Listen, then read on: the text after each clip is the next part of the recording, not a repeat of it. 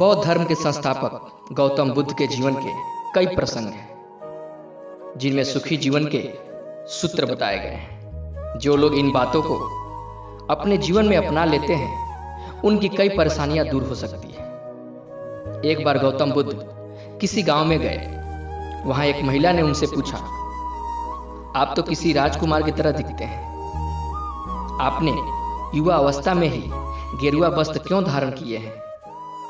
इस प्रश्न के जवाब में बुद्ध ने कहा, मैंने 3 प्रश्नों के हल ढूंढने के लिए संन्यास लिया है। हमारा शरीर युवा और आकर्षक है, लेकिन यह वृद्ध होगा, फिर बीमार होगा और अंत में यह मृत्यु को प्राप्त होगा।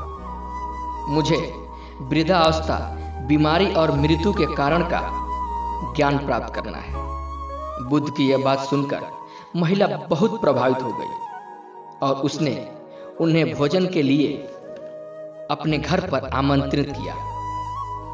जब यह बात गांव के लोगों को मालूम हुई तो सभी ने बुद्ध से कहा कि आप उस महिला के यहां न जाएं, क्योंकि उसका चरित्र अच्छा नहीं है। बुद्ध ने गांव के सरपंच से पूछा कि क्या यह बात सही है? सरपंच के गांव के लोगों की बात को सही बताया। तब बुद्ध ने सरपंच का एक हाथ पकड़कर कहा, अब ताली बजाकर दिखाओ।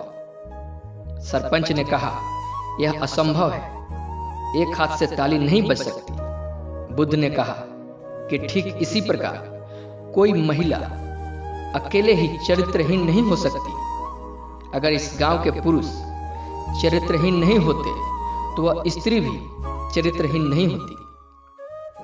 अगर इस गांव के सभी पुरुष अच्छे होते तो यह महिला ऐसी न होती। ये बातें सुनकर वहां खड़े सभी लोग शर्मिंदा हो गए। इस प्रसंग की सीख यही है कि हमें दूसरों की गलतियां या कमियों को नहीं देखनी चाहिए, बल्कि हमें खुद की गलतियों को और कमियों को सुधारने की कोशिश करनी चाहिए। अगर हम अच्छे बनेंगे तो समाज भी अच्छा बनेगा, अगर हम बिगड़ेंगे तो समाज भी बिगड़ जाएगा।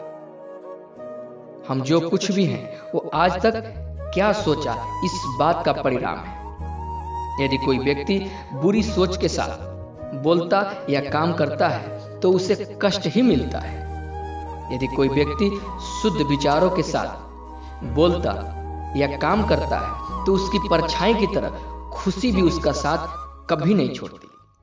हजारों खोखले शब्दों से अच्छा वह एक शब्द है जो शांति लाए।